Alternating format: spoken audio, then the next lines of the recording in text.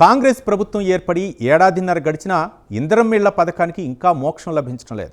మండలానికి ఒక గ్రామాన్ని ఎంపిక చేసి పైలట్ ప్రాజెక్టుగా ఇళ్ల నిర్మాణం చేపట్టిన ప్రభుత్వం రెండో విడతలో నియోజకవర్గానికి 3500 ఇళ్ల చొప్పున మంజూరు చేయాలని భావించింది.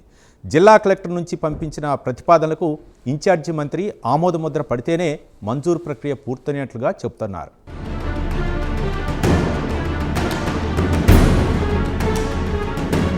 కరీంనగర్ జిల్లాకు ఇన్ఛార్జి మంత్రిగా ఉన్న ఉత్తమ్ కుమార్ రెడ్డి జిల్లాకు రారు, పంపిన ప్రతిపాదనలు ఏవీ చూడరు అన్నట్లుగా మారిందని కాంగ్రెస్ నేతలు వాపోతున్నారు. జిల్లాలోని కరీంనగర్, హుజూరాబాద్, మానకొండూర్, చొప్పదండి నియోజకవర్గాలకు ఒక్కో నియోజకవర్గానికి 3500 చొప్పున 14000 ఇళ్లు, హుస్నాబాద్ నియోజకవర్గంలో భాగమైన జిల్లాకు చెందిన చిగురుమామిడి, సైదాపూర్ మండలాలకు కనీసం 500 నుంచి 1000 ఇళ్లు మంజూరవుతాయని భావిస్తున్నారు.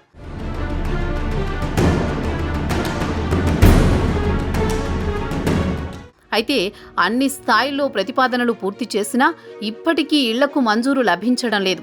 ఈ నెల 5వ తేదీన మంజూరు ఉత్తర్వులు వెలువడతాయని కరాఖండిగా చెప్పారు. అయితే అలాంటి ఉత్తర్వులేవీ రాకపోవడంతో మళ్లీ ఎప్పుడు వస్తాయోనని ప్రజలు ఎదురు చూస్తున్నారు.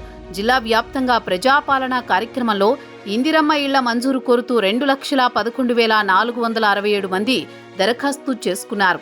వీటి పరిశీలనకే 2 మాసాలు తీసుకున్న అధికారులు అర్హుల జాబితాను లిస్టు 1, లిస్టు 2, లిస్టు 3గా విభజించి ఖరారు చేసింది. ఇళ్ల స్థలాలు ఉండి ఇళ్ల కోసం దరఖాస్తు చేసుకున్న వారిలో అర్హులను లిస్టు 1లో, ఇళ్ల స్థలాలు లేకుండా దరఖాస్తు చేసుకున్న వారిలో అర్హులను లిస్టు 2లో పేర్కొన్నారు. పక్కా ఇళ్లు ఉన్నవారిని 3వ లిస్టులో నమోదు చేశారు.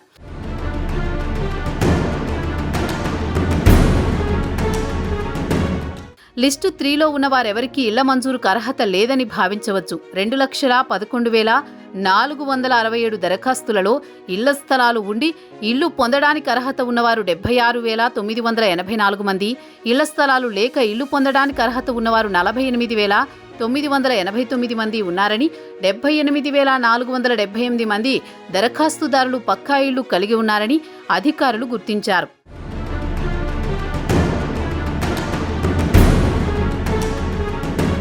మొదటి విడతలో పైలట్ ప్రాజెక్టు కింద జిల్లాలోని ఒక్కో మండలంలో ఒక్కో గ్రామాన్ని ఎంపిక చేసి ఇందిరమ్మ ఇళ్ల నిర్మాణ పథకాన్ని చేపట్టారు. అర్బన్ మండలం మినహా 15 గ్రామీణ మండలాల్లోని ఒక్కో గ్రామంలో అర్హులను గుర్తించి 2027 ఇళ్లకు మంజూరు ఇచ్చారు. వీటిలో దాదాపు 1500 ఇళ్లకు ఇంజనీరింగ్ అధికారులు మార్కౌట్ ఇవ్వగా 300 ఇళ్లు బేస్మెంట్ పూర్తి చేసుకున్నట్టు చెబుతున్నారు.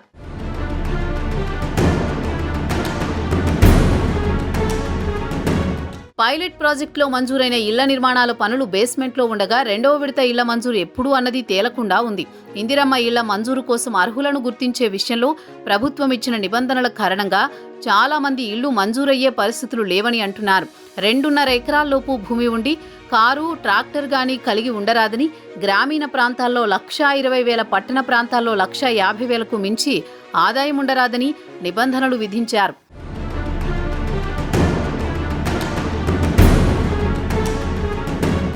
సొంత జాగా ఉన్నవారు రిజిస్ట్రేషన్ డాక్యుమెంట్ చూపిస్తేనే దాన్ని అంగీకరిస్తున్నారు. ఇళ్లు కోసం దరఖాస్తు చేసుకున్న వారందరూ విధిగా పాన్ కార్డును కూడా అధికారులకు సమర్పించాల్సి ఉంటుంది. ఆధార్, పాన్ కార్డులతో పరిశీలన జరిపి వారి ఆదాయం, ఇతర వాహనాలు ఉన్నవి లేనివి, సొంత ఇల్లు, భూమి ఉంటే వాటి వివరాలను క్షుణ్ణంగా తెలుసుకున్న తర్వాతే మంజూరు ప్రతిపాదనలు పంపిస్తున్నారు. దీంతో గ్రామీణ ప్రాంతాల్లో దరఖాస్తు చేసుకున్న వారిలో ఎక్కువ మందికి ఇల్లు లభించకపోవచ్చని చెబుతున్నారు. 400 చదరపు అడుగుల నుంచి 600 చదరపు అడుగుల వరకు నిర్మించుకునే ఇళ్లకు మాత్రమే ప్రభుత్వం డబ్బు చెల్లిస్తుందని, అంతకంటే ఎక్కువ నిర్మించుకునే వారికి ఎలాంటి చెల్లింపులు చేయరని చెబుతున్నారు.